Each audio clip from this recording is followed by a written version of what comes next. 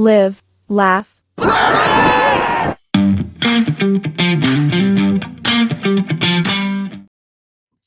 You've seen them in Firestar. You've seen them in UPW.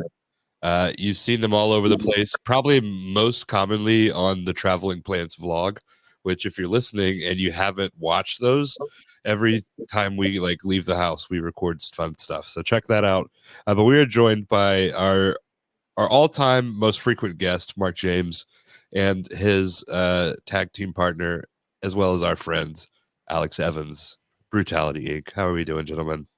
Boys, this time the pleasure is mine. This time. Wow. Oh. We've come a long way since the last time that you were on the podcast. Hey, it's the holiday season, man. I'm just, tis the season. I'm just trying to start some now shit. it is. Yeah. So Now it is. Fucking Mark's season starts, Christmas season starts in October.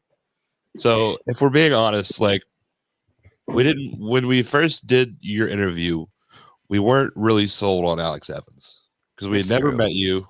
We had no idea who you were. And it was just Mark kept talking about you and you kept asking to be on. So we were like, let's have him on. But I must say, since that moment, I don't know if my beanie is making it harder for me to hear. Yeah, okay. I was like, things are softer. And then it was this. But you've become a dear friend to us and one of our favorite people. So welcome back for your second time. Thanks, man. It's a pleasure. It's a pleasure. I didn't mean to kind of bear you, but we've all come a long way since your episode. We have. Been quite the year so far. Yeah. I mean, we're not writing the shows together or anything, but we've come a long way. Yeah. Does this look weird? It absolutely does. No. I'm more worried about mine messing with the microphone or something like that, rubbing against it, and then you get this weird noise for the whole time that we're I want to hear, but not very well. Yeah.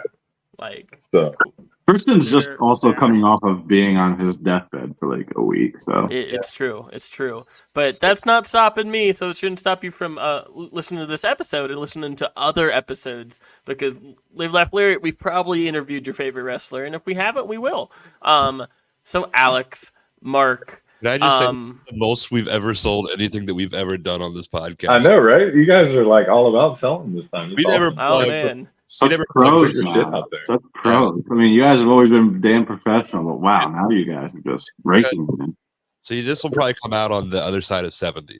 So for the 69th episode, we'll put this out there.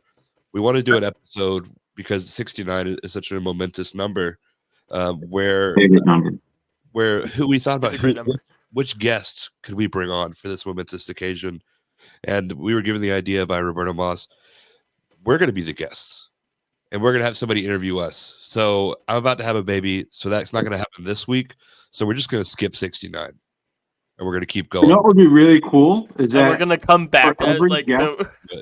For every guest you've had on, have them video record a question to ask y'all. And you guys just sit there and play through the questions. And in a perfect world, that would be very cool. Do you want to put that together for us? I can try my damnedest to do so. So we're going to get a solid 2. One from him and one from Mark. It's going to be great. It's going to be magic. That's actually a great idea, though. If people would play ball, that would be fantastic. Yeah. And speaking of playing ball, guys, y'all been killing it. I mean, I feel like we can ask a lot of questions. How was because we talked a lot about it, but I think it'd be kind of fun if y'all can tell the story through your DLC that day. I have a perfect clip for this. I would like to play before we talk about this match as well. So absolutely. But if y'all could kind of talk through that day, what went into that, what it felt like to Alex for you to win your first title in wrestling. The kind of moment that solidified y'all as this solidified team that's not going anywhere, because so many teams have pop up and done. So if y'all could just talk us through it. I also would like to say this match had my favorite moment in wrestling existence, and I'm gonna play it for you guys. Please do. Can we play it right now? Yeah. Coming in, and Mark James with a chair. to try to keep everyone as Alex Evans is all alone. It's Alex Evans. It's Mark James. And he's got one. He's got one. Mark James makes sure he's got one in his hand. One in his hand, Ty. He's got the second one. He's got the second one. They did it. They did it.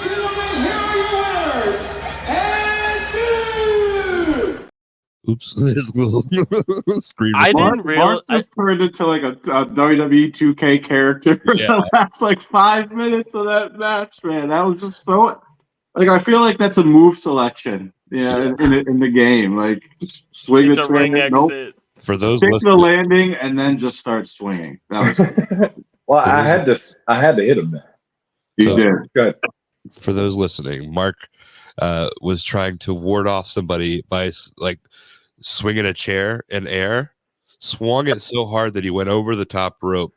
And he landed did on the his feet. Triple H one-handed Yeah. ring out thing he used to do in the video games. It proceeded then to starts hit the guy with the chair. I didn't Motherfucker realize. the chair.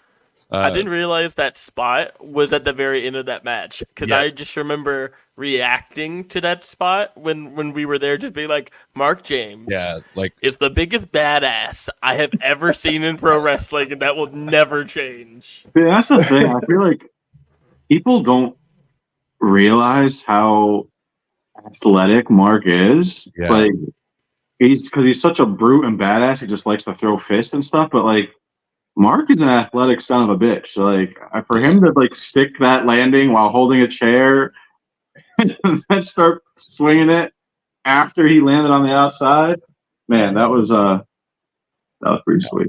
you did a drop kick at the last DCW show, and I was like, oh shit. Like, Yeah, it was impressive. Mark's got ups, man. Yeah. Mark's got ups. I caught Austin Shadows was sitting on the top rope at our When show. when you busted his face open, when you busted his nose. Yeah. It was before that though. But I drop kicked him right dead in the chin, like while he was sitting on the top rope. And Ali Steele, I don't know if you guys. Yeah, you guys. Yeah. He's at DCW, but Ali always like talked about me being one of the only guys that can actually catch him in the chin. There you go. Yeah. So I'll give you your flowers. it's- Nobody else is talking good about Mark in the ring. It's all out of the ring stuff, but you definitely deserve the in-ring props. But to go back to Christian's question, what was that day like for you, especially Alex? Because Mark's been winning belts since Alex was wearing his. I'm gonna just go ahead and guess that back in like 2000, you were wearing polos with the collars up.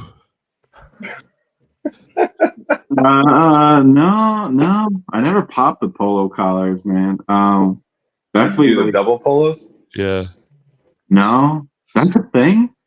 yeah. Yeah, there was Double people they had polo? like two polo shirts on, Yeah. and they would pop both collars. It looked It's a like they were weird- wearing like the linebacker things, like in Yeah. college. Yeah. That just sounds uncomfortable.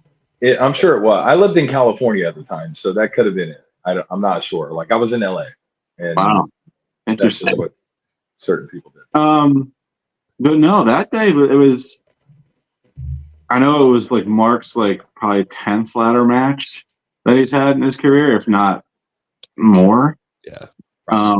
That was my first. That was my first ladder. That was my first DLC match. That was only my second Wrestle Revival. The Wrestle Revival before last year in 2022, I was on the pre-show in the triple threat match. And then a year later, I'm in a DLC with Mark for the Firestar Tag Titles. But it was pretty nerve-wracking, man. Quick question.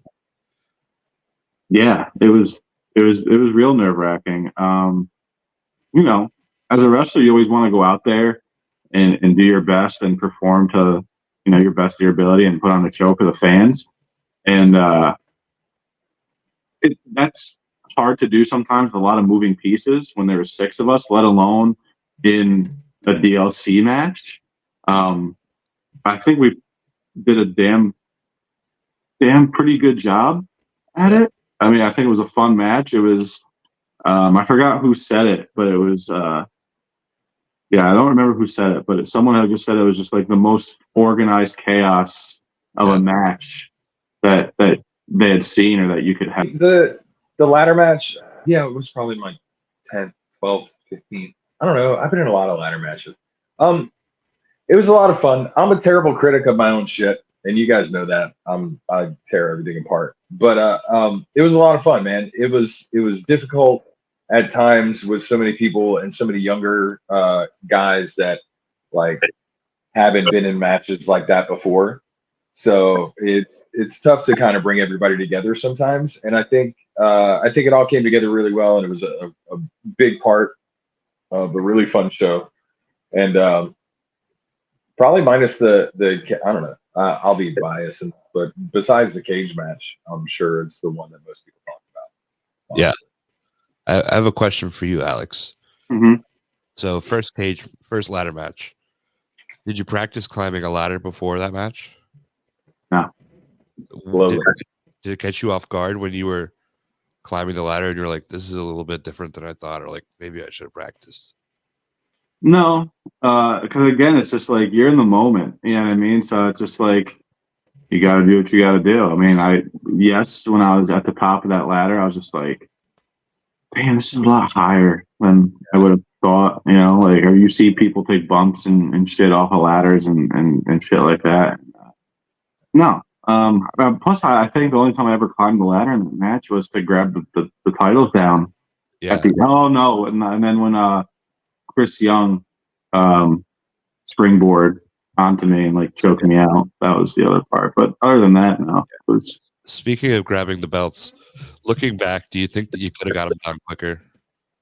Hey, so the first one was easy. That second belt, the way it was strapped in, because I know they were where those belts were hanging from that night from the chain. It was like part of like the fire system, right? Like it was like the lines that fed like the fire alarm system and stuff. So the way that one was hooked in was reversed. So like the buckle was on the inside. So I'm sitting there and like I got up there and like pulled the one down with ease. I'm like, where's this other buckle to get this belt down? I'm like, what's going on? It felt like eternity, and I was up there, and then finally I was like, oh, it's reversed. After getting that down, but I think it came off decently well. Yeah. My favorite part of it is just commentary, like, he's got the first belt. He's got the first belt. Plus, man, like I wasn't. They're just like, come on, man. Like I wasn't all there at that point. Yeah, I was thinking that. I didn't have all my wits about me. So that it was kind of in La La Land, just trying to pull down this belt. For those that don't know, Alex got like knocked out, basically concussed on the door spot. Yeah, where Chris Young dove off the door and hit him, and he landed like head first on the concrete. Yeah. So everything after that, he doesn't really remember. Yeah. And then went on to cut the promo of a lifetime that probably doesn't remember. No. I remembered it after I saw it, and I remember like I texted. I think it was Mark. I think I texted all of us in the group, and I was like, "Damn, that was a really good freaking promo." And Mark was just like, "You just got to get knocked out in every match, man, and then cut promos, and you'll spit gems, and that'll be it." So I think my favorite part going into the promo was you handed me your phone, cut the promo.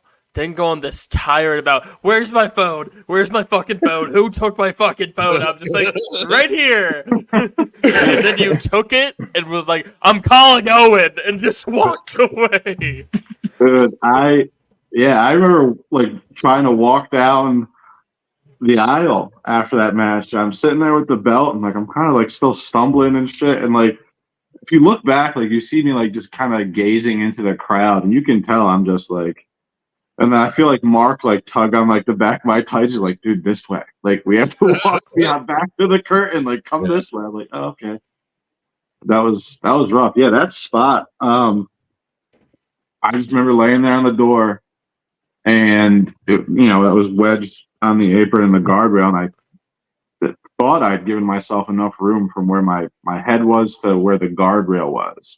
So when the door broke, I didn't want the back of my head to smack the guardrail. Yeah. But when the door broke, when Chris landed on me, the door just, I was expecting it to like V, right? And like break and we kind of just collapse into it. That did not happen at all. It just literally imploded and we just went boom straight down.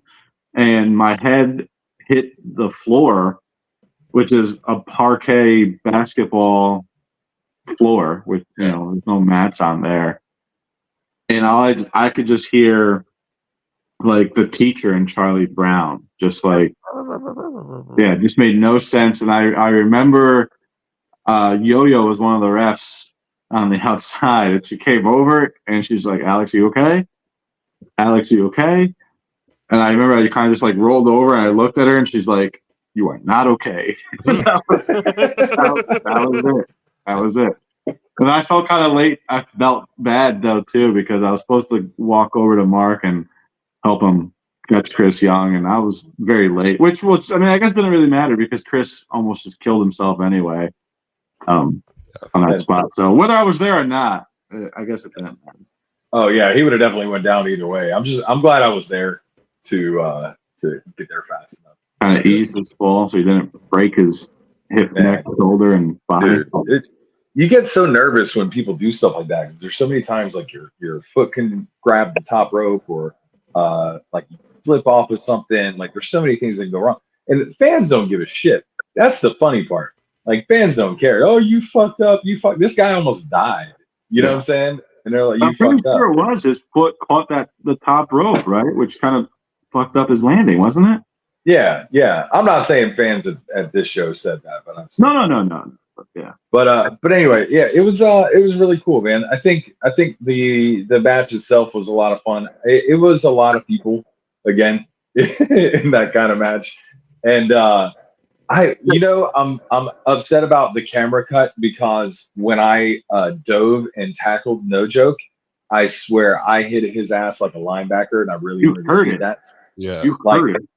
Man, I really wanted to see that, and it cuts to right after I hit him. And I don't know. I'm gonna have to hit up Joe for that. There's got to be a fan video of that though somewhere. Yeah. Oh, there's a hard cam bit of it. I just need to see that. Yeah. Oh, good. Yeah, somebody's got it. What's the biggest difference between a table and a door? Which is a question you can only ask in wrestling and it not be a stupid question. That's a question for Mark because I've only gone through the doors. I'm sure Mark's gone through a couple of tables. I mean, just the structure of it. First off, those are shitty doors. They're like shitty inside, like room doors instead of like stronger, doors. But I mean, the biggest thing is they're just not as strong and not as like tables is a lot of, it's like press wood. So they get pressed down really, really hard, and it's a lot of layers. So the tables, when they break, they break like a stress fracture. You know what I mean? The doors, there's no layers there. It's just like a shitty little thin piece of door, like kind of empty space, another piece of door. You know what I mean? So they just explode when you hit them. Yeah, it's not very safe. Two of them in that match too. Yeah. It's not a very safe thing. The doors, I guess the biggest difference is like the impact on it. When you're on a table, like it breaks better, and it gives you a little more support when it's doing it. But again, the door just explodes. Like there's nothing to support you at all. And I probably should have thought about this before you guys called that spot, but it sounded really good at the time. And I wanted to see how it played out. So I was just thought I was taking the choke slam in the ring. Not on the doors in the outside. In the ring, not on the floor on the outside. I have a door, table, chair adjacent question. Mark, you've been in the business for a while. You run your own shows. What is the trip like to either the Home Depot or the Walmart where you're going to buy 4 tables and 5 chairs and trash cans? Like, how does that work? I mean, you grab one of those big blue pushable things and you just load that shit up and go. Like, I don't know. I don't talk to people in public. You just load up. Are gimmicks considered a tax write-off? Like, yeah. If your business is legitimate, yeah. Should be. Because it's all part of the entertainment. It's all part of the business expense. Yeah. So Imagine trying to explain to like Your accountant. your account or the IRS is like, no, this is a work expense. Explaining pro wrestling and why this wouldn't have to exist. Yeah. Why did you? Why did you have to purchase 12 doors from Home Depot? Well, watch this match, and you'll see why. There you go. Yeah. Well, see, back in the day, everybody used to get them, like they would get donated from play, or like churches would get new tables and they would donate them to a wrestling promotion locally or something like that. God There's bless. always a weird dynamic. Or you would just call around, hey, do you have any old tables that we can buy off of you for like $20 or donate to something or whatever? Like it was just scrounging because nobody wanted to pay full price for the shit and buy a brand new table and break it. Yeah. You know? Like Man, you those door stars, they stick in you too, man. That hurt. Like I had pieces sticking out of my back for the whole rest of that match. Every time I would bump on something, it would that sucked. Oh, I bet that sucked. Yeah, I bet that sucked. Yeah, I've only done like thumbtacks and shit. I haven't done doors. I don't think I've only done thumbtacks. Yeah, Alex, well, do you have any interest, Alex, in one of those matches? I'm good. I'm good. Can we talk about the Adam Page swerve match as far as like? Oh my god, things going extreme. Has everybody seen that yet? Yeah. Close personal friend of Mark James, Adam Page. Oh yeah. It's really weird to see a friend of yours like drink somebody else's blood and spit it out on national television. Like, it's an odd thing for a guy that I've talked to on like numerous occasions, wrestled a couple times. Like he would work out at my gym that I used to run in Greensboro all the time because he lived right by there. Yeah. Like I never saw that Adam. It was a very different side of Adam. And I don't know. I'm here for it, man. And I feel like, I don't kink shame. So whatever you're into, as long as it's like, within reason, obviously. But I feel like Adam opened up some things in a lot of people's heads that day that they didn't realize they were into. You know what I'm saying? So it was an interesting moment in the wrestling. Yeah, that was a hell of a match. That was definitely something to watch for sure. Mark's over here like some people are probably like that is finish, and Alex is like, yeah, that was a great match. I loved it. It was a great match. It's true that like wrestling's a big fetish sport. Of course, it's out there. I mean, people do customs and shit all the time. I did customs for. I heard the guy would play it at like a gay club close to where he lived or whatever. Like I didn't care who the fuck watched it. People are gonna watch it on YouTube anyway. What the hell's the difference? You know what I'm saying? What's that? Walk us through this, please. Customs? Yeah, you heard it's just we've never had somebody that said yes before. So all right. So this is a different type of customs that what you're hearing about, right? So I've been offered the shit where like there was this couple up in Pennsylvania that used to reach out when I was like really young in the business. And they were trying to get me to come up to do a private workout in a bit. I call it a training session. They call it a workout, whatever. But I'm sure it was some kind of custom thing. Yeah. And I didn't get into it. The customs like that I did were not, there are certain ones where like people would write in and they'll choose like what outfit the wrestler should wear or like the certain moves that should be in the match and things like that. Like they're looking for, they want a bigger guy against the smaller guy and a lot of power bombs and shit like that. You know what I mean? Like there's weird requests like that. When I did it, it was for this local guy who paid really fucking well, honestly, like really well to do this. How much you got? Oh yeah, he what? You asked how much? How much? I think I had like 3 5-minute matches, and I got paid probably $350, $400 for that. I mean, but it wasn't anything. There were no restrictions. Wear for these matches. Yeah, just your gear. That was the thing. Like it was just wrestling. That was it. You know what I mean? Like when I did it, we just wrestled. It was like, there was just wrestlers. Like we just went in there and like nobody called anything. We just went in and fucked off for 5 minutes and and got out of the ring. It's a hell of a payday. Yeah. I found out that I did. So I got yelled at by all the guys when I got out of the ring because I go in there working. You know what I mean? Like it's me. If I'm in the ring, I'm going. You know, it's 100%. But everybody's like, no, dude, just take it easy. Just relax. Like you're doing too much. So, and that was the thing. Like I guess I was doing too much at the time. But, Earning that pay. So I just want to paint a picture. Yeah. So everybody, bear with me for 1 second, while I look up something real quick. I was wearing trunks at the time. So because Jimmy and I were doing the Brute Steel, and we were both there. And then there was like Barrington Hughes was there. There's just a bunch of local guys. You know what I mean? Some other guys that got flown. Congo Kong was there. He did one of Who? Steve Congo Kong. He was in TNA for a while. Wow. All right, are you guys ready for this? Yeah. So you're in a club with your boys. You guys are getting drunk. You're getting dancing. All of a sudden, you look on all the TVs. It's just Mark locking somebody in a figure 4 leg lock. You picturing it? I've done it. I watch wrestling in bars all the time, dude.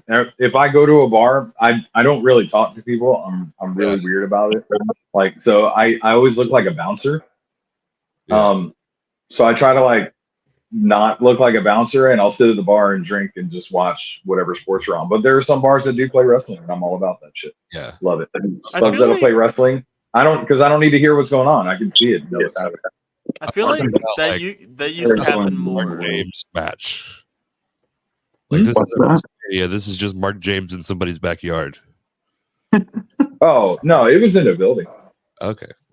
Yeah, like we did it. It was like Josh Gary's school when he had USIWF. Like he rented out that building. But the guy that ran it didn't even watch him. Like he would just hang out and like be there if we needed like a drink or whatever.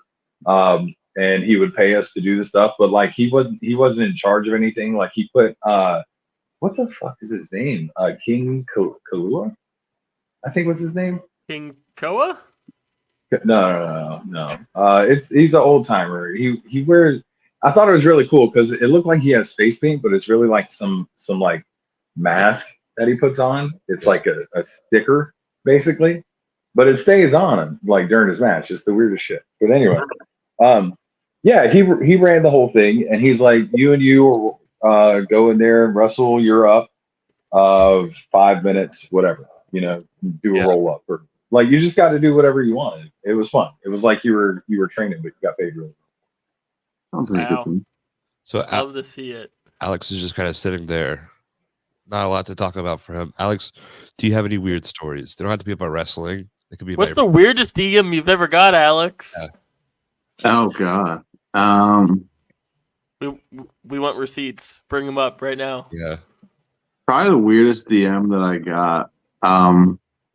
This person, like, even after I've said no numerous times, this person still like DMs me like probably every other month. I was asked if I could take like song pictures and send like a front pic and a back pic in a song. And this person tries like explaining it to me. He's like, yeah, I do it with wrestlers all the time, like WWE, AEW, like TNA guys. I'm like, Thomas Simpson reach out to you. Tell that motherfucker to go fuck himself. who was it? Sorry, piece. Did Thomas Simpson fucking message you? No, it's not him. This dude is on Instagram and DM'd me. I'll forward you guys these DMs if I still have That's them. okay. Afterwards. Well, it sounds like some shit he would do, and I just feel like burying his fucking dumbass anyway. Yeah. So, Hey, And then go the ahead. premise it was like, oh man, like that was a great match and this looks so cool, blah blah blah. I'm like, thank you, appreciate it. I'd really like to be able to see your balls bounce more. When Yeah, you're... by the way, like, you know, the offer still stands. Like I still do it with a lot of people.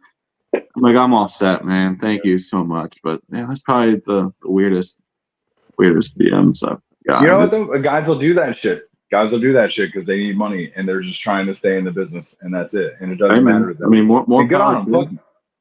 Yeah, if you need the money and you got to do that shit, whatever. Guys that sell gear, girls that sell gear. I'm I'll give I'm anybody's not, shit, man. I'm not knocking the We're looking hustle. at It's you, just, AJ Kazana. Yeah. Oh, fuck it, man. There's a hustle in this business, and you got to hustle to get it. You know what I mean? And Yeah. I totally understand that. If you're trying to live and do this professionally and like pay your bills with it, like I'm not trying to pay my bills with wrestling. Although it'd be really cool if I could. It's just not a thing I've been able to do in my lifetime. So I have to pay my bills through my job. But I totally get it with the guys that go out there and they're so dedicated to it, man. I look at guys like White Mike, like Tim, Yeah. guys like that are just, I'm gonna wrestle. Fuck the world, fuck everything else. I'm gonna wrestle, and I'm gonna like do everything I'm gonna hustle and sell everything I need to, and like, bust my ass any way I have to live, whatever. But I'm gonna wrestle, and fuck, good on them. I wish nothing but the best for everybody that can do that shit. I did it for a while myself. It was probably one of my funnest times of my life. It was great. Yeah, I agree. I do agree. There's so many side hustles that you can have in wrestling. You know what I mean? I'll never forget. Mind you, this was probably like the second match for the second promotion I ever worked for. I'm not going to say which promotion it was, but we're literally just sitting there in the back in the locker room, maybe like an hour or two before showtime, and one wrestler just had reached into his bag, and he reaches into his bag and he pulled out a pill bottle. He just shook it, and it made that.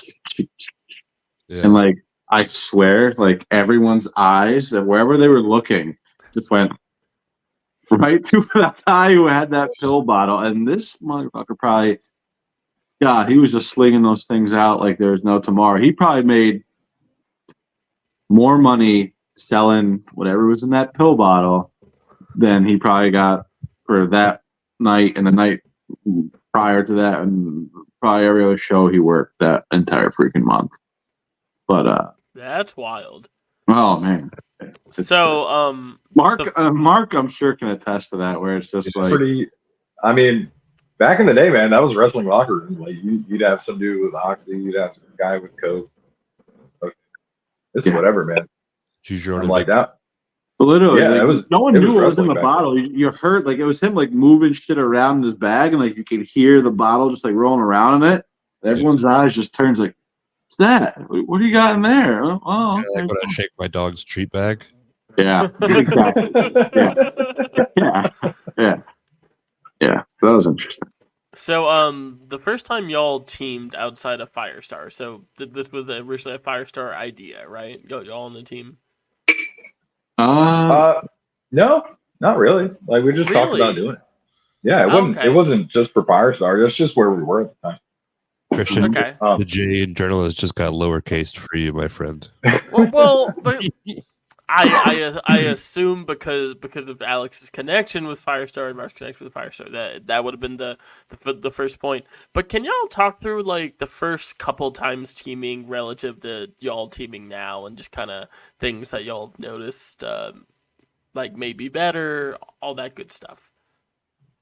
Well, I'll let Alex answer this in a second. But I mean, you're not wrong. Our first matches were in Firestar. We did get together there. Our first tag match was against, I think, Grant and Cam, right? Yes. Is that right? I think so. Yeah. He could have told you for sure before the DLC match. Yeah. No, it was because that's where I got my eye busted open during that match. So, but yeah, that was our first tag match, and then we did like the Battle Royal, and then a couple other ones. But yeah, no, I mean you're not completely wrong, but it wasn't something we wanted to do just at Firestar.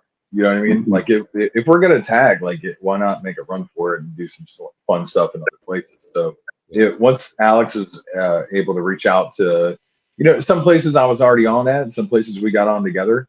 And it was easy for us to be able to kind of bring this team together with the both of us, and still be able to do single stuff sometimes, and still be able to have our own identity as a tag team. Mm-hmm. I think that's one of my favorite things about this is that, and sorry, I lost the question, so we'll have to get back to it.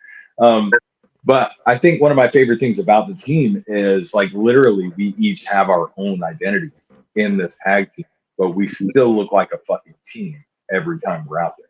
And that's something I really enjoy about working with Alex in this respect.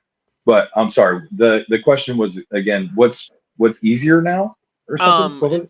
Just compare when you started the team comparably to last time y'all teamed, which I guess would have been November 18th at DCW. Yeah. Like wrestling, it's always a learning experience, right? Like I don't feel like you ever stop learning. Whether you're a singles wrestler, a tag wrestler, or whatever. You always want to get better. And you're always learning every time you work, every time you train, whatever the case may be. So I feel like a lot of times for me, like when me and Mark first started to tag, like I would always be asking Mark, like, okay, cool. Like, you know, what do you need me to do here? Like, what do you want me to do here? Okay, but when you tag me in here, like, what do you want me to do?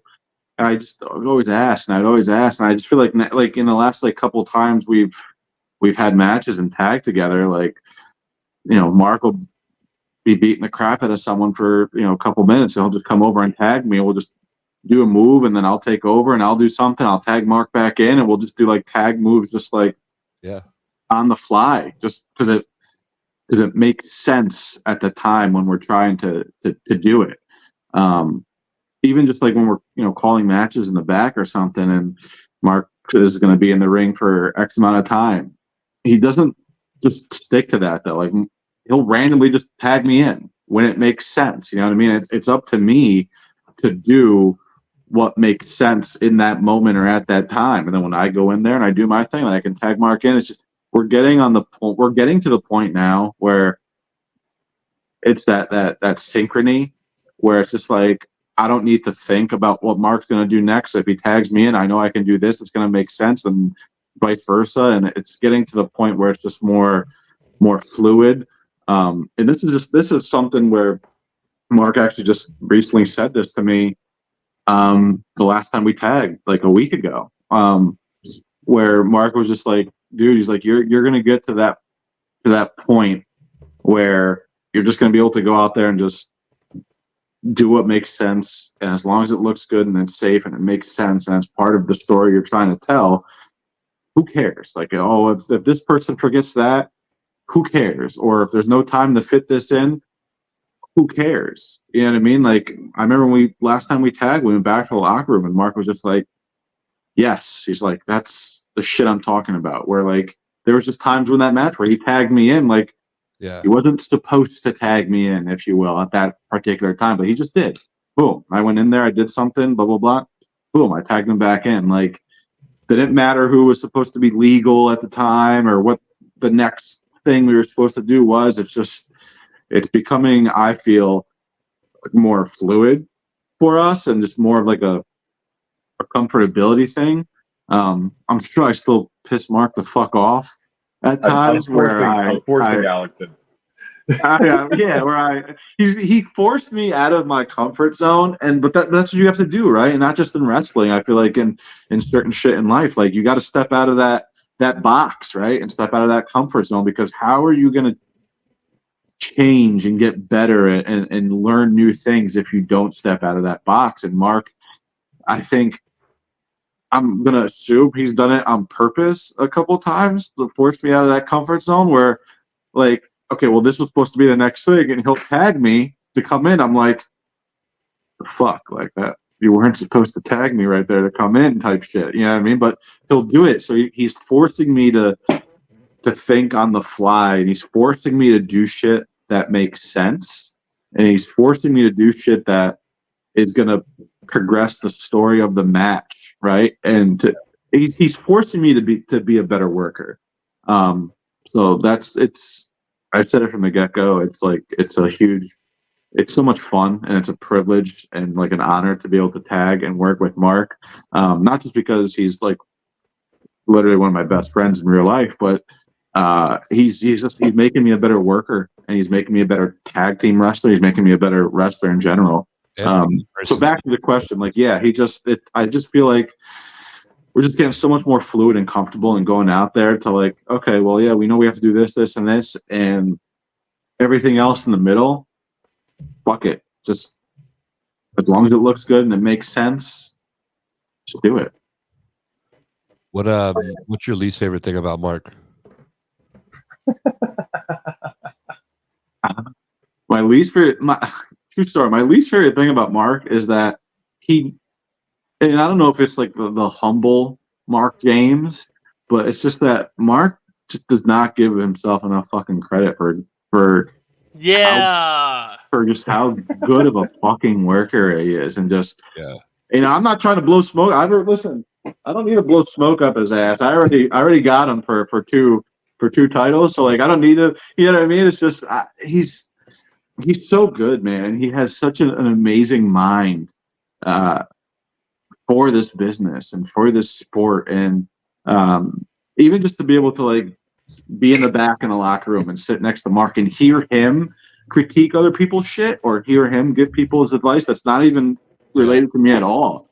And it's just like, yeah, like I did that once too, and he just solved that problem for me because he's given that advice to somebody else. You know what I mean? He just doesn't give himself enough credit. That's my least favorite thing about Mark James. What's the second least favorite thing after that? You got to give us some dirt. Man. Being not the Alex I know. Good. My other least favorite thing about Mark, maybe his fucking punctuality, man. Like, I know Mark is such a busy motherfucker, but like I mean, for instance, the last time we had a show at the Firestar Arena, the last fight on Federal Drive, we were at the curtain, like getting ready to go out, and Mark had just pulled up to the arena, and like we look over and like he's changing in his car, and like Cyberfire's music's hitting. And like they're going out, no, because we went out first, and like our music like is about to start hitting, and Mark just walks up. He's like still tying his belt on. He's sitting there talking. He's like, "Okay, so what are we doing?" I'm like, "We're doing this, and that." I was like, "You're starting. Here's the finish. I'm giving heat." He's like, "Okay, cool." Yeah. Right through the curtain, and then there's the match. But like, I hate to say it, Mark is one of those guys that can do that and pull it off because he's just that damn good. This turned into another compliment. What the hell? It's shit that I don't like about Mark, but it's just I don't know. Ask someone that's not his friend. I'm very aggressive. I can tell you a lot of things I don't like about me. Can I play that game? No, that would be sad. Are you gonna ask the same question to Mark or no? No, we know what his least favorite thing about you is. Okay, cool. I don't know. Okay, good. My biggest thing with Alex, and I told him this. Volunteering, I love it. Yeah, you know this is gonna be good when he says no, we don't want to answer the question, but I'm gonna fucking answer it anyway. I'm gonna answer it anyway. Yeah. My biggest thing with Alex is his confidence. Honestly, it's the same. It's a similar thing with me, but it's a little different. I know he's a very strong wrestler, and I know he's way better than he thinks he is. Although I did tell him in the last show, I can't wait. I'm really excited for like a year and a half, 2 years from now. I'm excited for a time where he's got more, because I mean, legitimately, you've got less than 50 matches under your belt in a live arena. Like, I'm not talking about, training matches and shit like that. I'm talking about like legitimate matches. I think on our way back from ESW, we counted it all out. And in this last year, I think I've had like 30 matches. Yeah, which is incredible for a guy as talented as you are. It goes to show you how good of a wrestler he is now. But imagine 2-3 years from now when he's got 150, 200, 250 matches under his belt, and this guy's just a ring general. And that's what I'm excited for, is the future. Like a year from now, if we're still hopefully working together, then I don't see any reason why we wouldn't be. But you know what I mean? A year from now, when we're doing this shit, and it's just like clockwork, dude. Yeah. You don't have to talk. Like you just get in the ring, you feel it, you understand what the other one's going to be doing, and not that you won't call spots, and not that you won't talk about certain things that go on. But for me, like, I never learned that way. I never learned how to wrestle by calling everything in the back. That's just not what we did. Excuse me. What we did, maybe a little opener, couple hope spots, some at the end, and you'd fill the fuck in while you're doing it. Yeah. Because the crowd doesn't give a shit about what you guys talk about in the back. You know what I'm saying? And you could go out there and all that stuff fall flat because all you're worried about is just running through that spot. And what's the next spot that has to come? And what's after that? Oh fuck, we screwed this up. What are we supposed to do now? How can we go back and do that spot? What do we have? You know what I mean? And there's so much shit clouding your head that you can't feel the moment. You can't feel the crowd and hear that guy that's talking shit to you in the front row and do something to pull him into that match, or the guy all the way in the fucking bleachers that's been giving you hell the whole time. You can't grab your opponent and fucking rip him apart in a way that tells that motherfucker up there to shut the fuck up. Yeah. You know what I'm saying? Like you got to speak to every person in that crowd. Like if you're selling as a baby face, you're reaching out to those kids in the front row. Like they're your power source, man. You need those people, like stuff like that. And you don't always have time to take in the beautiful drama that is wrestling if you just call every spot in the back. Yeah. And that just recently happened at the last time we worked at DCW, where we were doing something in the ring. I think I was in the ring with AC Divine, and we were supposed to move on to something, next in the match.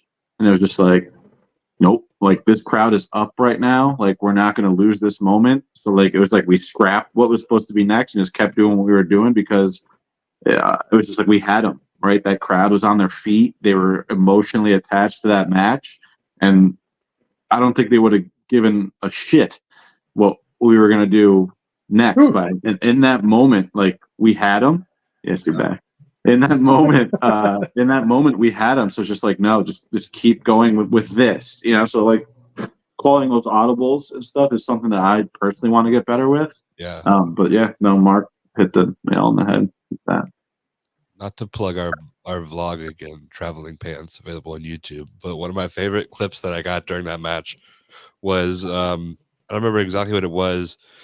AC reversed something, hit you in the nuts, and as soon as you did, you could see a woman right behind you, and she is like, "That man is not having any more kids." I do remember that. It was the Abyss spot. Anyone knows what I'm talking about? Where camel clutch, jumping on the back. Yeah. I think I went up to do a third time. AC rolled onto his back and put his knees up and just caught me pretty good. Yeah. And that I think, you put that clip in. Yeah, it's in the vlog. And that woman, and then you zoomed in on her face. Yeah. And that woman's face was just like, oh dear God. I did it too soon because she got better after that. So I kind of beat myself up about that. But yeah, definitely. We all got things to work on. That's what we're learning here at Live Laugh Lariat today. That's it. So my favorite thing about Christian. I'm just kidding. So Alex, Mark, when we get some new gear, guys, I think y'all need some of that black and gold gear going on. Well, Christian, that's funny you say that, sir. Because I actually have some black and gold gear being made as we speak right now. You fucking tell me anything. Assholes. I'm done with this. I'm fucking over. It takes you like 2 days to get new gear done. Yeah. Huh? He would like a week to get new gear. He would have told you I gotta get that still goes with my pants. And then you guys would have just Yeah, I've got to find pants to match your gear now. So maybe I already did that for you, Mark. I was just waiting. Did you? Now that you ruined the damn surprise, thanks. You're so sweet. What kind of gear is it? I want to. For mine, we're big pants guys here on Good Guy Bad Pants. Yeah, pants is for gear. Of Mark's gear, or were you just lying? Do I have pictures of Mark's gear? Like the mock-ups for it? Mark wears jeans. What? Yeah. So you didn't. I bought these on Amazon. Like the current ones that I'm wearing with the red. I bought them on Amazon. Actually, you got them from a movie set. No. Those are my other ones. The other one. The ones we've got now. I'm pretty sure I sent those pants to Mark. I was like, dude, buy these. Yeah, like we were looking through different ones. Those are the ones that you and your wife and my wife and everybody was like, yeah, we should do that. Definitely. Yeah. So I would just like to say I would like to be involved in this chat with the wives deciding who wears what pants. That seems like right up my alley. well, it's not. They're not in the chat. They're just like with us when we're talking about it, and then we show them. So they how do we become a fly on that wall, Mark? Yeah. That's the wall we're after. The wall where with me and my wife talking about wrestling. Oh my God, you don't want to be on that wall. She hates wrestling with a passion, like for years. And like it's not really. Again, it's not that she hates wrestling. She doesn't mind wrestling at all. She doesn't care that I go wrestle and that I do things. It's the problem. Like when I'm home, I have to be home. You know what I mean? And I have a hard time doing that because a lot of people reach out to me, and I try and be available for everybody as much as possible. Try to be helpful for people. So it's one of those learning things. It's me being busy and getting better. But in all, she does like wrestling, and I'm pretty sure that she'll be at the next UPW show. Yay! So, I must say, I don't think that they're like Mark has fans, but there's not a bigger fan than his wife in the comment section of his pictures talking about how sexy he is. Like,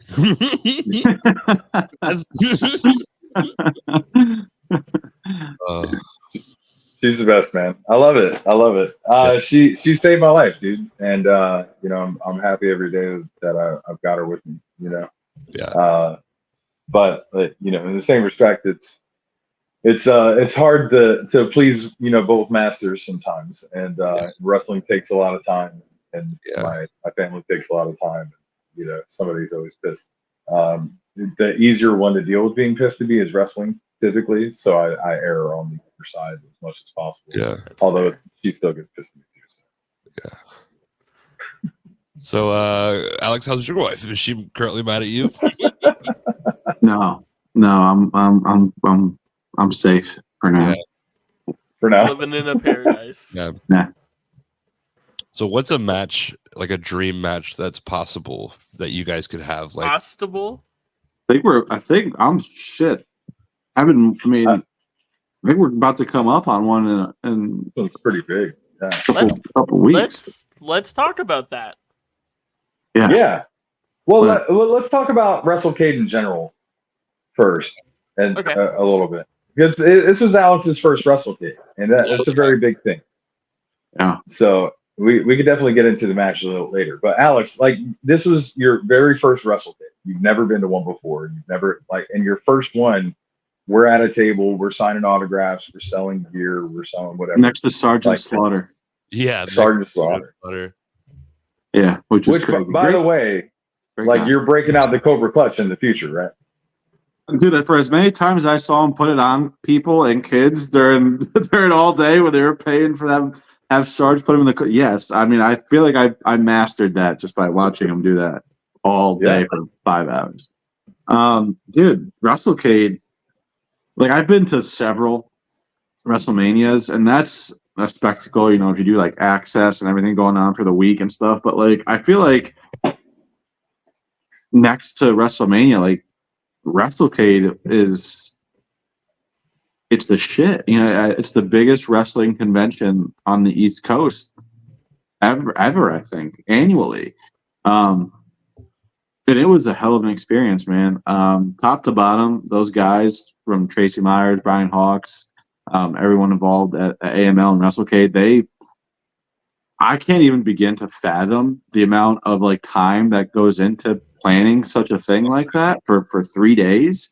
But they knocked it out of the park, man. And like, you're right, like, it was my first one to go to my first one and be booked as like a talent on my first WrestleCade that I've ever gone to.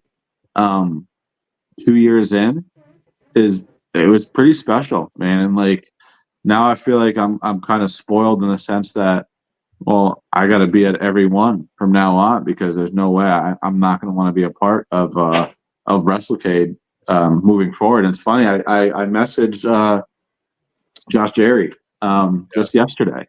I got a chance to talk to him Friday night at the GCW show for what little time that he had, because that guy was just super busy. And Josh is always a very inspiring individual, and he's a very motivating individual to talk to. Yeah. And he was just like, man, just keep pounding the pavement, and I'm sure our paths are going to continue to cross in the future. And I told him, I was like, well, I was an attendee, or a talent, if you will, this year at WrestleCade. I was like, my goal for 2024 is to be on that super show.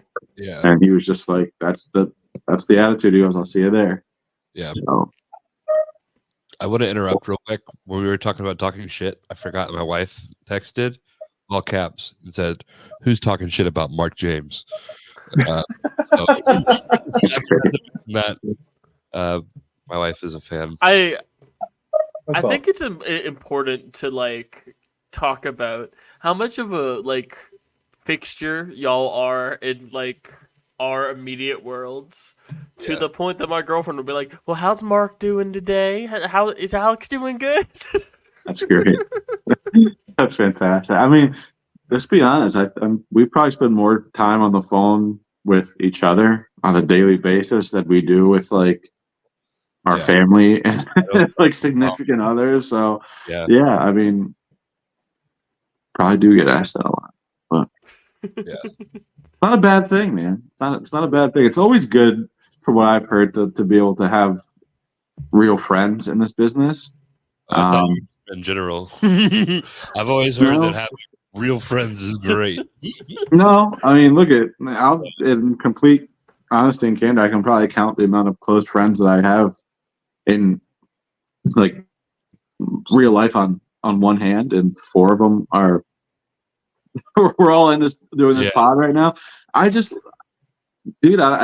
to keep my circle small, because I feel like the bigger your circle gets, the more drama you invite into your life. Of course. And I just don't have time for that shit. I don't. I have bigger things to do. I have a son. I have wrestling. I have other business ventures that I try to tackle on a daily basis. So it's just like, to be able to have just that core little group of friends that you can communicate with and bullshit with and laugh with, or just have fun with, like, I'm good. I don't need 50 friends. Oh, of course. That's why I say I've reached my quota. No more friends. Yeah, dude. I reached my quota as well. I don't have time to hang out with anybody.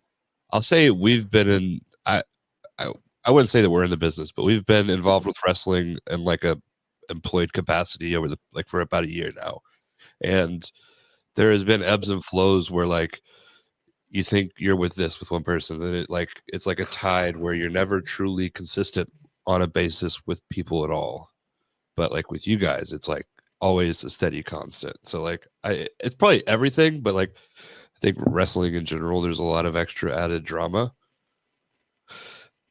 Yeah, because it just magically so happens that you just get pulled into it somehow, right? Somehow. It's an emotional sport, and it's when I came in, it was a really dog-eat-dog business, and it's not anymore. Not as bad. It still is, but it's not as bad. Yeah. There's a lot more people that are trying to help each other. But man, the drama is like impossible to avoid. And then I don't know, there's just always something going on. The best, you can only try and like steer in the best direction possible for yourself. And I appreciate the fact that the guys that I talk to on a regular basis are like good and quality moral fiber. You know what I mean? Like that actually care about others, that feel they, can do the right thing in the right situation, that kind of shit. So I appreciate that from you three, being friends with you guys. Yeah, man, it's pretty cool. It's hard to find it. But yeah, I'm thankful of it, because honestly, you guys have helped this past year be probably one of the best years of my career. I've had more fun in and out of the ring.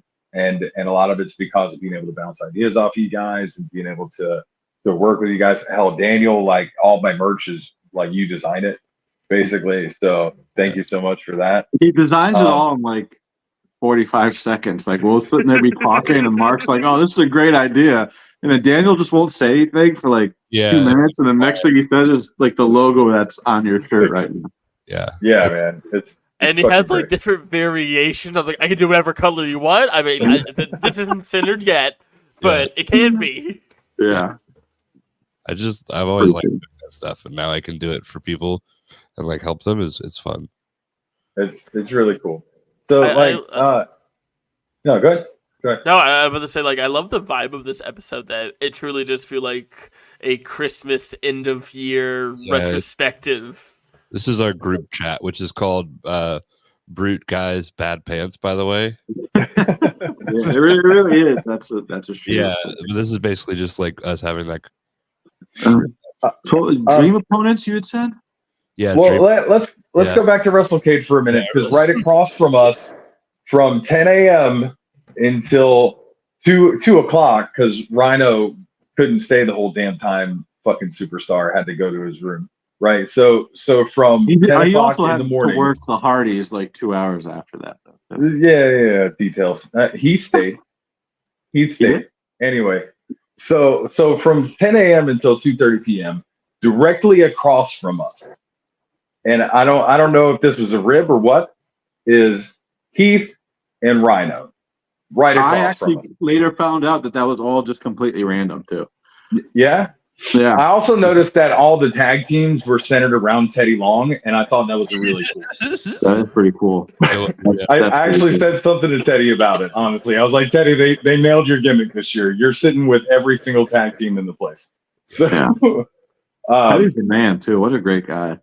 Great dude. But anyway, yeah, so for 2.5 hours, 4.5 hours, I watched Heath and Rhyno and how they interacted with the fans, and how they didn't get out of their chair unless somebody bought something or paid for them. And I noticed why, because every time they got up, Rhyno got up a little bit slower. He got up a little bit slower. You can tell the aches and pains in their body and things like that.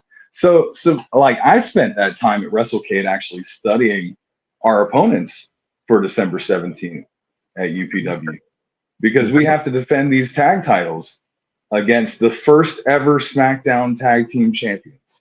Yeah. Like, you want to talk about dream matches? Dream matches, guys. We get to wrestle the first ever SmackDown Tag Team Champions. That's pretty damn cool. Oh, yeah. You know what I'm saying? If you had asked me if you had asked me 2 months ago, hey, you're going to wrestle Rhyno and Heath. Okay. Yeah. Now it's happening. I can't speak for Mark, because I know the caliber of names that Mark has worked against. It's the biggest match of my career to date so far. So it's going to be a special one. It's going to be a fight. Oh yeah, it's definitely one of the bigger matches in my career too. You know what I mean? It's not every day you get into the ring with guys that are like polished, that have been there, and been there at a high level for years. You know, Rhino's done this for over 20 years. You know, he was one of the original, not the original, I think, but original ECW. But I don't think he got the right at the beginning. Anyway, their last but champion. You know what I mean? Is it their last champion? Yeah, absolutely, man. There's a lineage there, and we get to wrestle them. Can we also just talk about how he's still built like a fucking brick shithouse? Yeah. I mean, he's a monster of a man. He's built like a Rhyno. Yeah. He is, man. I've been studying my Rhyno facts. There's 5 different species of Rhyno in the world right now, and 2 others are going extinct. I've been studying my Rhyno facts, guys. We're going to get into a lot of these different things over the next few weeks while I'm learning more and more about these opponents. I stayed that night. I watched the Super Show. I watched their match with Matt and Jeff Hardy. So it was great to be able to scout that event. I think Jay actually caught me watching that match, did he? Yeah. Yeah. So, I spent that time throughout the day when there were not fans in front of us, again, scouting our opponents for the 17th. And I took that time to make sure that we knew exactly how to beat Heath and Rhyno and retain our UPW tag team championships. And I fully intend for that to happen. And even more because during that day, man, look, all right. So let me tell you something that pissed me off. All right. Heath. Oh man. Hey, bud. Yeah, we're going to have a good time, buddy. Yeah, I can't wait to wrestle you. Hey, buddy. Let's go. This dude, I'm over here talking to the Dawsons, right? You guys know the Dawsons, right? So I'm talking to Zane Dawson. Zane tells me that he's a good guy now, and I don't believe that for 1 second. That Zane and Dave are good guys in the wrestling business. Have you guys heard that? I think they're swell people. They've done a lot for us. I won't talk bad about them. All right. Well. Anyway, they tell me that they're good guys, and this is crap. I don't believe it. I believe that it's despicable that these two well upstanding people in the wrestling industry have turned to fan favorites. It's ridiculous. So, I'm trying to understand what in the hell brought Zane Dawson to that position in his life, and it was just to get an AML title. I'm sure of it. So they got the tag titles now. They're probably going to become themselves again soon. But anyway, so I'm talking to them, and what happens? Out of nowhere, Heath walks up and sucker punches me. What? Right there in the fan fest. Heath took a swing at me in the fan fest. Yes. Do you believe that? That is insane. I saw that. Is insane. Mark James has never lied to me before. Look, no, because it happened. As it's on, Zane even agreed to it. He saw it. Okay, yeah, it's. Go ahead, Daniel. I saw it as well. See? Yeah, that happened. So we're in their heads too, and I know that because he recognized both of us as soon as he saw us. Yep. And we haven't seen Heath. Heath hadn't seen me in years, so I know he didn't recognize me. I was 150 pounds heavier. He doesn't know who the hell I am. Well, apparently he does. Yeah.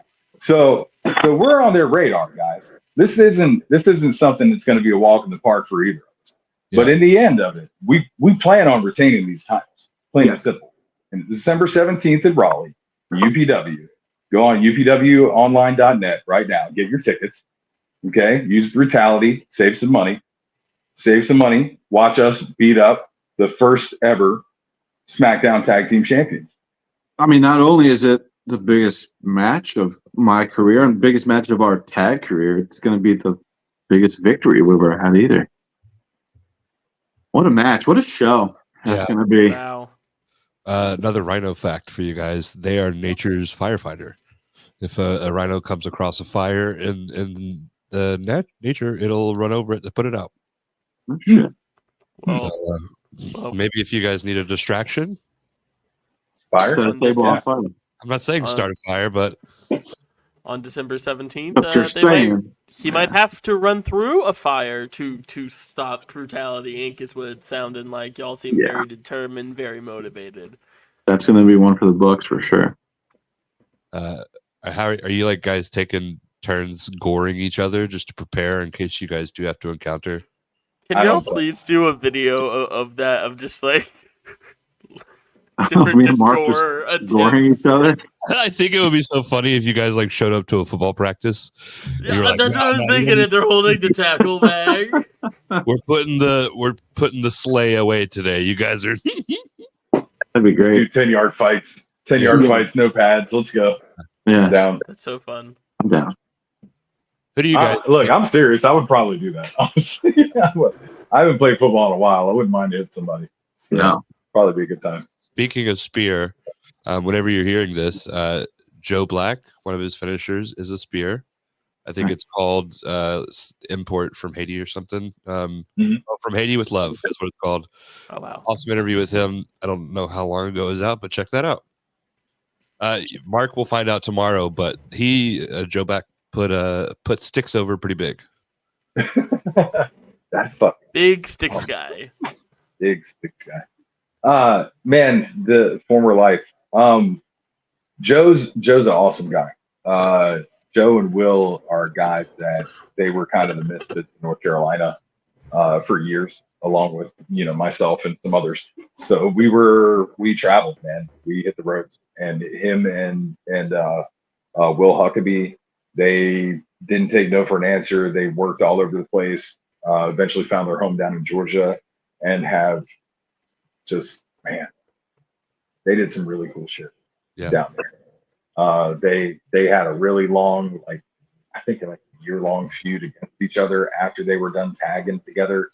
Sound and the Fury, awesome tag team, and now I think Joe's tagging with Murder One. Yeah. Down there, I'd love to go over. Yeah. Talk about another dream match. But I was so the episode comes out tomorrow when we're actually recording this. I was putting a clip together, and I found a clip versus him and Huckabee where he slams him through a car hood. Yeah, it's if you're wondering what kind of feud it is. And that sparked off a bunch of. You see, it's funny though because they did that, and you started seeing that in a lot of other indies. The independents are very trendy. You know, like you see somebody pull off something that goes viral, and then everybody tries to do it. Yeah.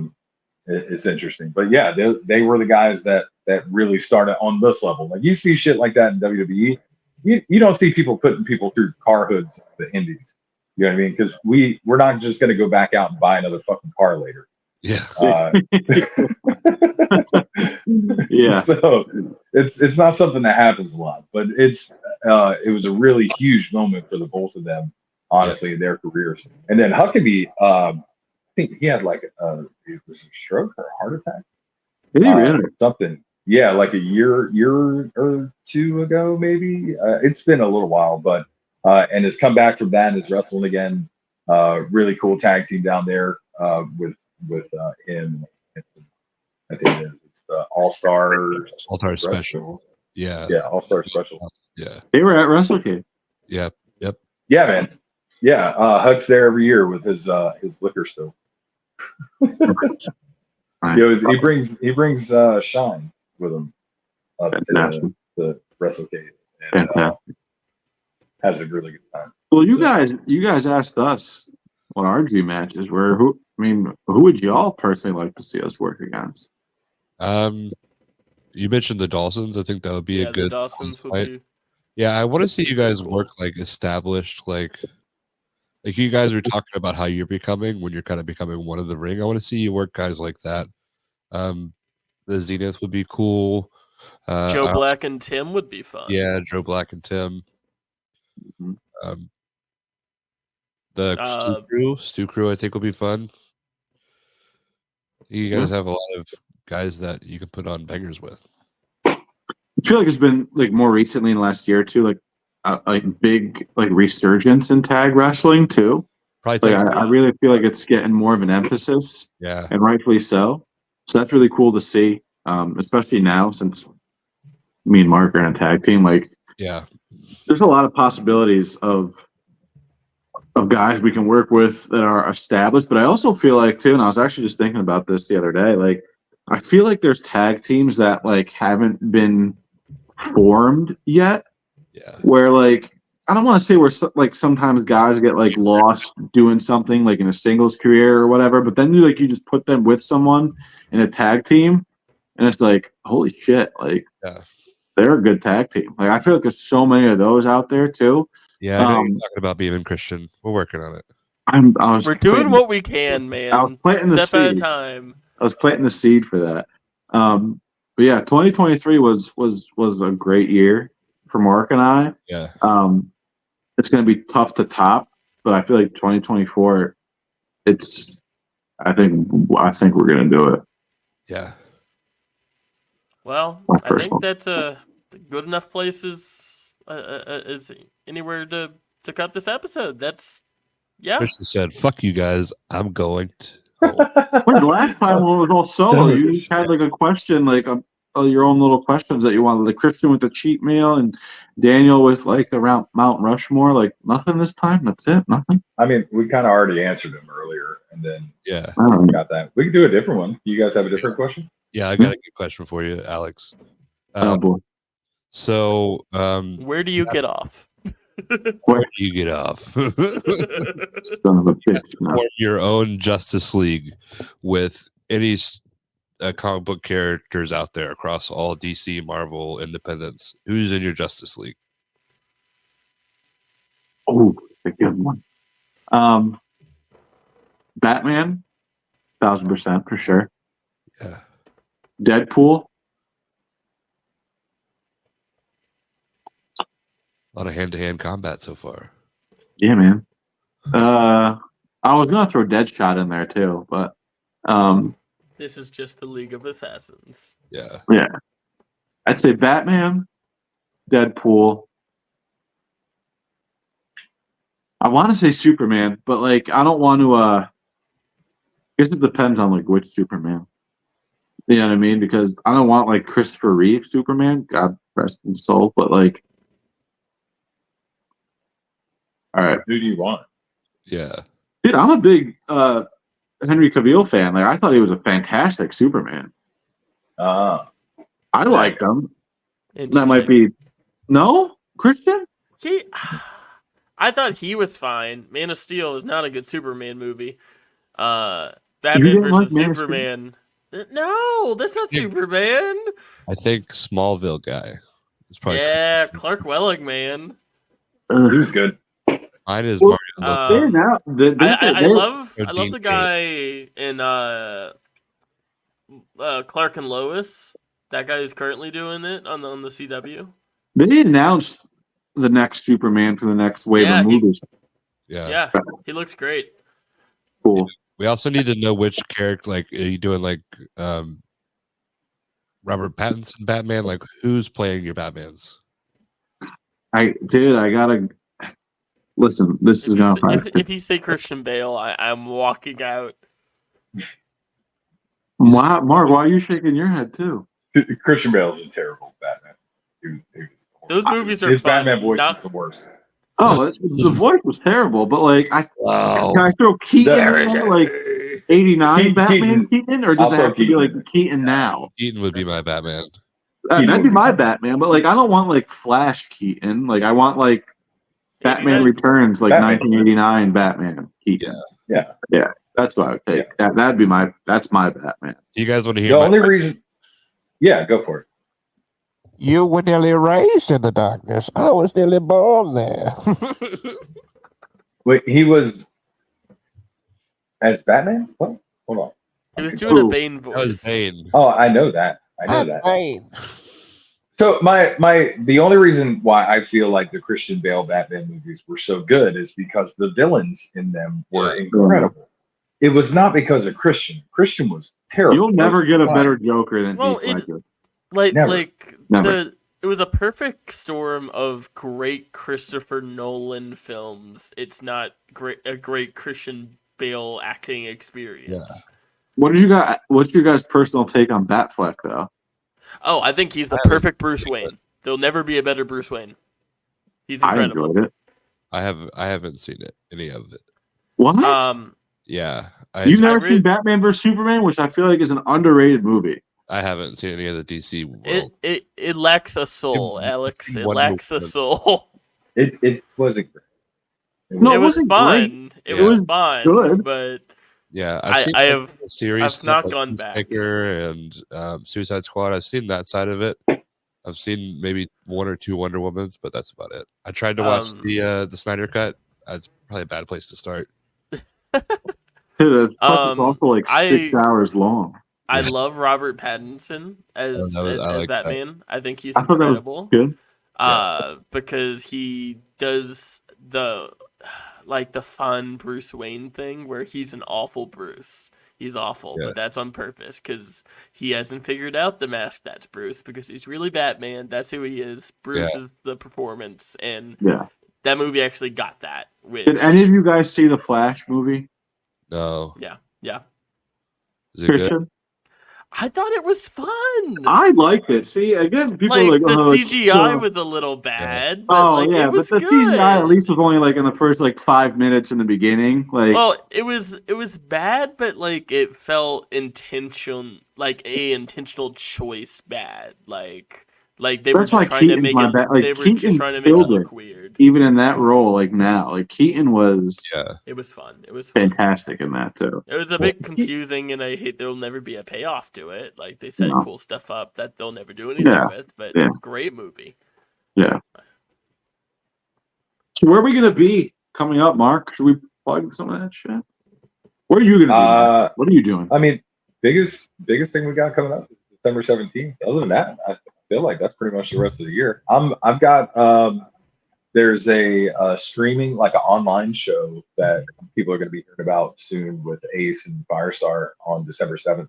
And I'll be wrestling James Ryan for the Ace heavyweight title. That's next Wednesday. There. Thursday. Yeah, next Next Thursday. Thursday. Might be there for that. As a December 7th. spectator. December Might come to 7th. watch. I might spectate. I got an invitation. Might come to watch. Infamy, Pearl Harbor. Yeah, What? man. Yeah. Harbor So 7th to date that live in infamy, Just a little history fact. We Check recently found out like our February is shaping up to be fairly freaking busy too. You guys it's busy. Valentine's Day? Huh?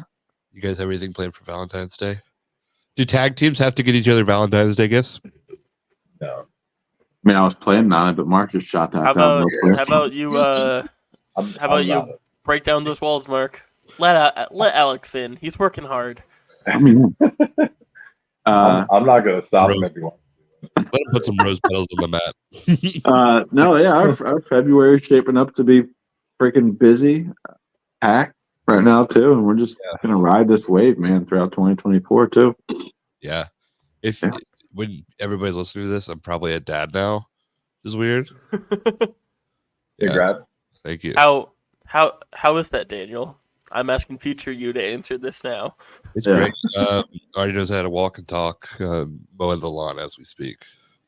Oh, in December. Brilliant kid. Brilliant kid. Yeah. I mean, I didn't say he was smart, but he knows how to operate a lawnmower. I don't know what to tell He you. just said he knows how to walk and talk and he can mow the yard, guys. That's it. He didn't give him any other flowers. Other than that, he's all set. It's not like it's his first child or anything. Yeah, this has been fun. Alex is just over here like, your kid better not be better than my kid. But yeah, it's been an hour and 22 minutes. It doesn't feel like that. Yeah, right. Wow. But yeah, this is Time flies when you're having fun. Yeah, Mark's record-breaking third appearance on Live Laugh Lariat. He's coming for your record, Christian. Christian's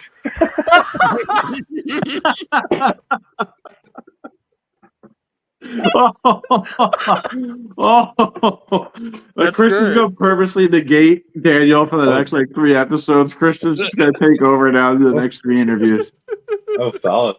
That was good. That was good. That was good. That's just fun, man. What is his record anyway? So, what do I have to hit? Another 5, 10 more? Christian's probably at 50. 50? Yeah. Have you guys had 50 episodes? We've had a lot more than that. I'm just not always here. This is Have you really? This will be in the 70s. You should, I've listened to all their stuff, Alan. You should listen sometime. Dude, so do I. You should I've listened to them follow all. the product. When was my first time on here?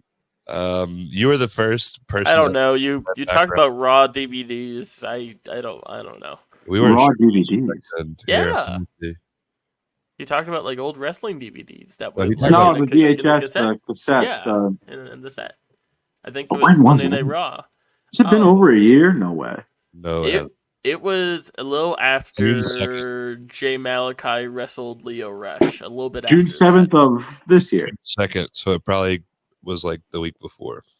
So end of May. It must be Christmas and shit, isn't it? Wow. So this is our run. This is a good run. So we had Kevin Kelly, AJ Kazana, Jaden Newman, Trey Havoc, Zuka King, Rayhan and Tejas, Alex Evans, and then right after that we had Mark James on again. Wow. What a run. Great promo, guys. If you guys haven't listened to any of the episodes, go back and listen to them. There's some hidden gems in there, people you wouldn't expect that we interviewed, and honestly, I forgot most of them. Yes, they would surprise you. So this will probably come out towards the end of the year, but since we're kind of at the end of the year, what's the episode that you think more people should listen to, Christian? That me? Yeah. Oh, I think that.